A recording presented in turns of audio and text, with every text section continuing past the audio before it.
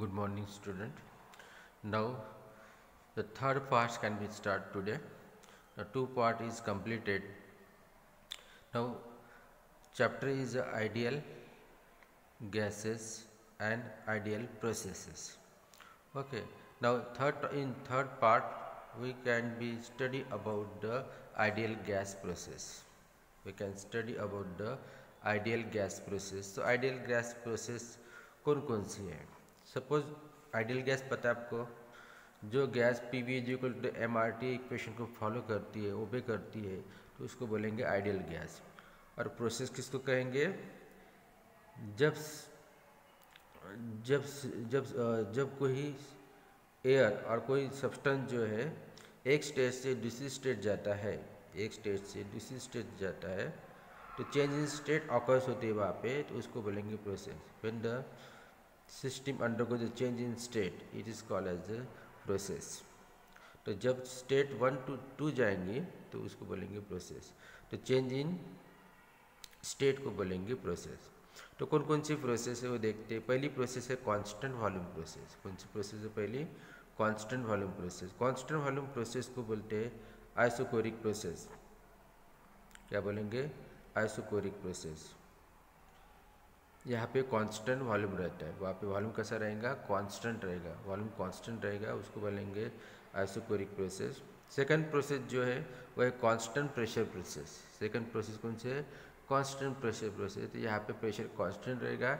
इस प्रोसेस को isobaric process भी कहते हैं। इस प्रोसेस को क्या कहेंगे? आइसोबैरिक प्रोसेस भी कहते हैं। थर्ड प्रोसेस है constant temperature process. Third process कौन से है? Constant temperature process.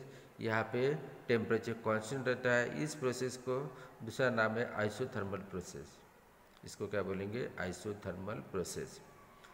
Fifth process है, फोर्थ प्रोसेस है एडियाबैटिक प्रोसेस। एडियाबैटिक प्रोसेस को आइसेंट्रोपिक प्रोसेस कहते हैं। यहाँ पे net heat transfer is equal to 0 रहता है। यहाँ पे हीट एंटर भी नहीं होती और रिजेक्ट भी नहीं होती। तो टोटल हीट ट्रांसफर इज 0 रहता है, नेट हीट ट्रांसफर इज 0 रहती है।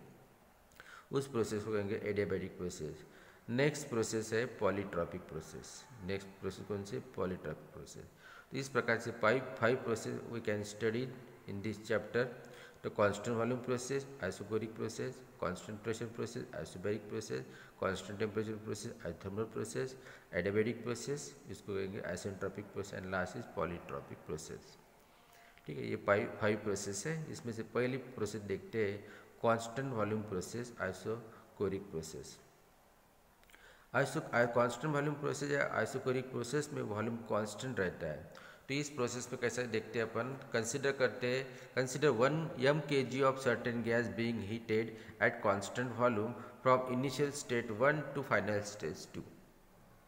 क्या लिया है? mkg गैस लिया है, उसको हीटेड किया है, लेकिन हीटेड कैसा किया है? उसको हीट कैसा किया है? Eight constant volume. Volume same रखा है, volume can not be change. इसको हीट किया है। हीट करने के बाद में उसकी पोजीशन चेंज होगी। तो इनिशियल स्टेट लिया है 1 और सेकंड स्टेट लिया है, फाइनल स्टेट लिया है 2। इन दिस प्रोसेस में अपन पीवी एंड टीएस डायग्राम देखते हैं। पीवी एंड टीएस डायग्राम कैसे वो देखते हैं। ठीक है, तो क्या लिया है अपने? mkg मास लिया है अब गैस का, और उसको हीट किया with constant volume from state 1 to state 2। ठीक है, तो अभी देखते हैं PV and TS diagram. Now PV and TS diagram, now this is the PV diagram, this is TS diagram.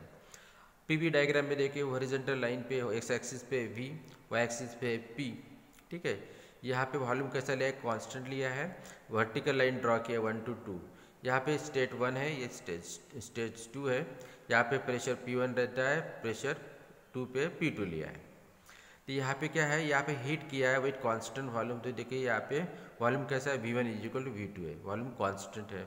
Change in volume कितना रहेगा? 0। कांस्टेंट वॉल्यूम में change in volume कितना रहेगा? 0। तो यहाँ पे वॉल्यूम कांस्टेंट है और प्रेशर इंक्रीज हो रहा है P1 टू P2। प्रेशर कैसा हो रहा है? इंक्रीज हो रहा है। बाद में टीएस डायग्राम में क्या दिया है देखिए, यहाँ पे हॉरिजॉन्टल, यहाँ पे एक्स एक्सिस पे एंट्रोपी है और वाई एक्सिस पे टेम्परेचर है। टीएस डायग्राम इस प्रकार से, यहाँ पे टेम्परेचर इंक्रीज हो रहा है, यहाँ पे प्रेशर इंक्रीज हो रहा है तो टेम्परेचर भी इंक्रीज हो रहा है। और एंट्रोपी भी इंक्रीज हो रही है।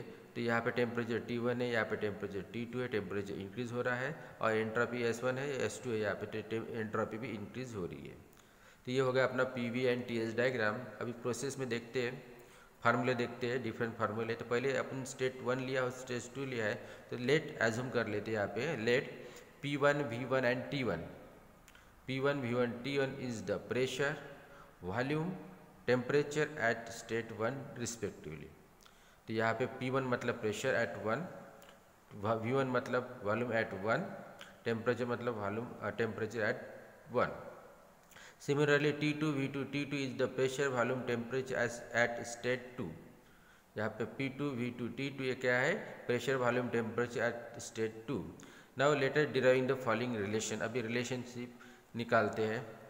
पहले रिलेशनशिप में आपको पता है जनरल गैस इक्वेशन का फार्मूला आपको पता है, क्या फार्मूला था अपन निकाला, डिराइव किया था अपन ने, P1 V1 upon T1 is equal to the P2 V2 upon T2। P1 मतलब प्रेशर एट 1, V1 मतलब वॉल्यूम एट 1, T1 मतलब टेम्परेचर एट 1। P2 क्या है, प्रेशर एट 2, वॉल्यूम एट 2 और temperature at 2, P2 V2 T2।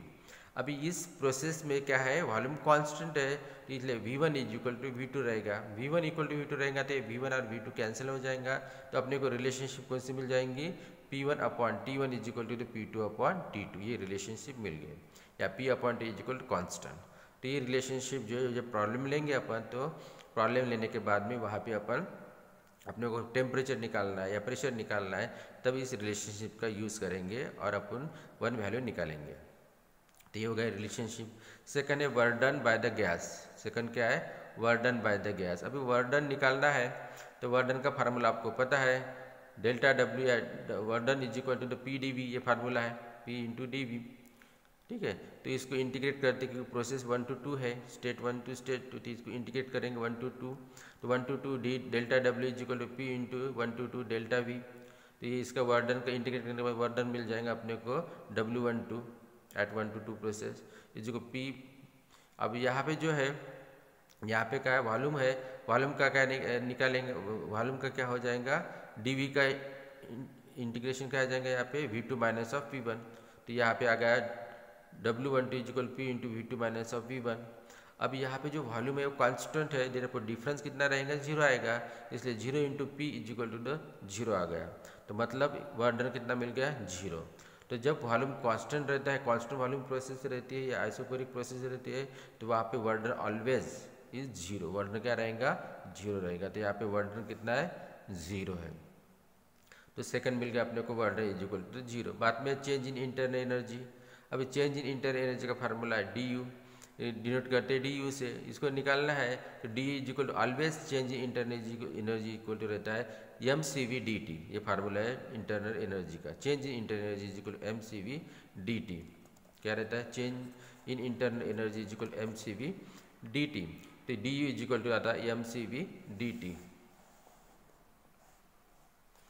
mCV dt।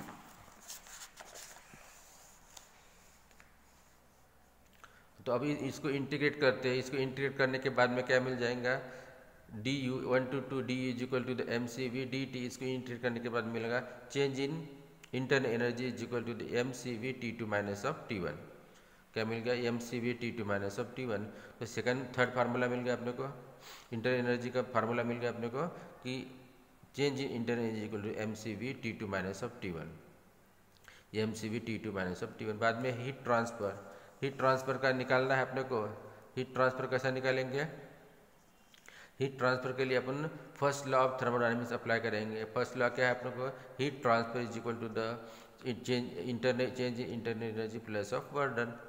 तो change इसको integrate करते हैं 1 to 2 से, तो अपने को हीट ट्रांसफर मिल गया, अपने को heat transfer is equal to the change in internal energy U2 minus U1 plus of work done.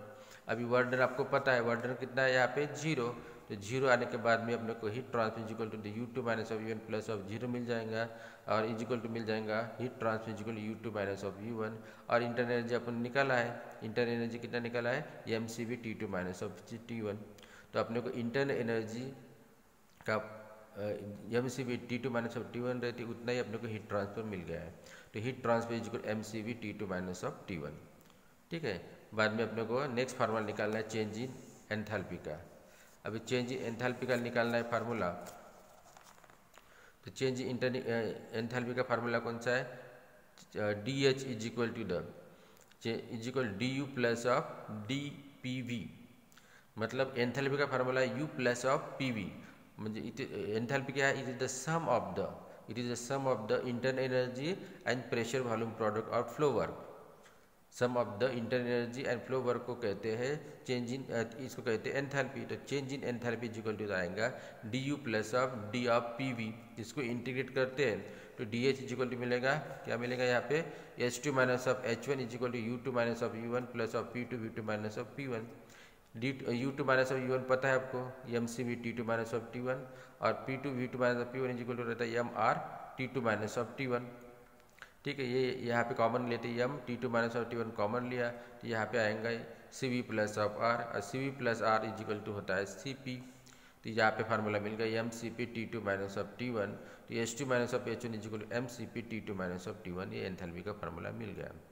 कभी याद रखना कि change in internal energy always MCV T2 minus of T1 रहती है, और चेंज इन एंथैल्पी ऑलवेज रहती है MCP T2 minus of T1, याद रखना कभी भी।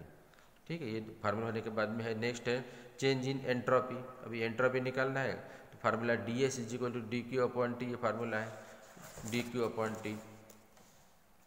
इसको निकालते हैं अभी ऑन इंटीग्रेशन करने के बाद में DS 1 to 2 is equal to 1 to 2 DQ upon T। तो ये change in entropy is equal H2 minus of S1 is equal to 1 to 2 DQ जो है is equal to formula MCV DT, यह निकालना अपन ने अपना T, ये आ जाएंगे MCV DT अपॉन T।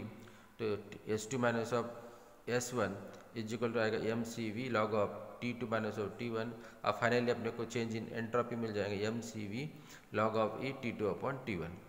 अब T2 upon T1 is equal to पता है अपने को, एक रिलेशनशिप में P2 अपॉन P1 होता है, तो H2 minus of S1 is equal to MCV log of E P2 upon P1, ये अपने को फार्मूला मिल गया। इस प्रकार से ऑल फार्मूले निकाल लिए अपन ने। तो ये फार्मूले जो है याद करना पड़ता, क्योंकि अपने को प्रॉब्लम सॉल्व करना पड़ता। जब कांस्टेंट वॉल्यूम का प्रॉब्लम आएगा एग्जाम में तो ये सब फार्मूले अपने को पता होना चाहिए। ठीक है, तो अपन ने क्या देखा यहाँ पे, अब फार्मूला देखते हैं। अपन ने कौन सी प्रोसेस देखी है, constant volume process, isochoric process. Isochoric process में क्या देखा है, PV डायग्राम देखा है। तो PV डायग्राम में देखिए क्या है, ये एक्स एक्सिस पे वॉल्यूम है, वाई एक्सिस पे P है। यहाँ पे क्या है, प्रेशर क्या हो रहा है, इंक्रीज हो रहा है 1 to 2, स्टेट 2 लिया 1 and 2। यहाँ पे 1 पे लिया है प्रेशर P1 वॉल्यूम V1 और टेम्परेचर T1 लिया है। यहाँ पे प्रेशर P2 लिया है, वॉल्यूम V2 लिया है और टेम्परेचर T2 लिया है। ठीक है, यहाँ पे क्या हो रहा है, हीट कर प्रोसेस को हीटेड किया है विथ कांस्टेंट वॉल्यूम प्रोसेस में। हीट करने के बाद में स्टेट चेंज हो रहा है 1 to 2 आया, तो प्रेशर चेंज हो रहा है P1 to P2 और वॉल्यूम कैसा है, कांस्टेंट है। यहाँ पे क्या देखते हैं, यहाँ पे टेम्परेचर इंक्रीज हो रहा है और एंट्रोपी भी इंक्रीज हो रही है। तो temperature T1 to T2 increase हो रहा है और entropy S1 to S2 increase हो रही है। तो पहले अपने फार्मूला देखा था अपने P1 V1 upon T1, P1 V1 upon T1 is equal to P2 V2 upon T2, ये फार्मूला लिखा था। इसमें वॉल्यूम कांस्टेंट है, वॉल्यूम कांस्टेंट होने के कारण यहाँ पे V1 V2 कैंसिल हो जाएगा, तो अपने को रिलेशनशिप मिल जाएगा P1 upon T1 is equal to P2 upon T2 या P1 upon P2 is equal T1 upon T2। मतलब प्रेशर इंक्रीज हुआ है तो टेम्परेचर इंक्रीज होता है, प्रेशर डिक्रीज हुआ है तो टेम्परेचर डिक्रीज होता है। पहला फार्मूला अपन देखा था, इसमें वर्क डन यहाँ पे कितना रहता है, 0 रहता है। 0 क्यों रहता है, क्योंकि चेंज इन वॉल्यूम 0 रहता है, वॉल्यूम कांस्टेंट रहता है। वॉल्यूम कांस्टेंट रहने के कारण चेंज इन वॉल्यूम 0 आएगा और इसलिए वर्क डन क्या आएगा, 0। वर्क डन 0 आया तो इंटरनल एनर्जी देखते हैं। इंटरनल एनर्जी का फार्मूला ऑलवेज याद रखना कि always change in internal is equal to MCV T2 minus of T1 रहता है। फिर second formula change in internal energy का MCV T2 minus of T1। बाद में नेक्स्ट है change in enthalpy. Change in enthalpy always याद रखना MCP T2 minus of T1 रहती है, MCP T2 minus of T1। ठीक है, तो MCP T2 minus of T1 रहेगा। तो change in enthalpy is equal to MCP T2 minus of T1। Internal energy MCV T2 minus of T1 और change in enthalpy is MCP T2 minus of T1। बाद में heat transfer is equal to क्या formula है, first law apply करते हैं, change in internal energy plus of work done. Work done कितना है, 0 है यहाँ पे, इसलिए वो heat transfer is equal to eight constant volume process को क्या मिलेगा, MCV T2 minus of T1। जितनी चेंज इंटरनल एनर्जी रहेगी उतनी हीट ट्रांसफर यहाँ पे मिलती है। तो यहाँ पे अपने को मिल गई heat transfer is equal to mCV T2 minus of T1। और फाइनली जो लास्ट इक्वेशन है निकालने के एंट्रोपी का फॉर्मूला निकालने यहाँ पे चेंज इन एंट्रोपी कितनी रहती है, तो change in entropy ds is equal D Q upon T, ये फार्मूला है। mCV वैल्यू की पुट की, mCV dt upon T value put किए, पुट करने के बाद में mCV कॉमन लिया तो यहाँ पे dt upon T is equal log of T आता है। इसको इंटीग्रेट करने के बाद में T2 अपॉन T1 आएगा। तो change in entropy is equal to mCV log of T2 upon T1 ये आ जाएगा। इस प्रकार से पहली प्रोसेस देखी अपने, वो प्रोसेस कौन से, कांस्टेंट वॉल्यूम प्रोसेस में अपने ऑल फार्मूला देखे। ये फार्मूला और पीवी और टीएस डायरेक्ट एग्जाम में आती है, इसलिए ये बराबर करने का। तो ये अपना थर्ड पार्ट कंप्लीट हुआ है। तो tomorrow we start the fourth part of the ideal gases and ideal gas process का। ठीक है, ओके स्टूडेंट, गुड बाय।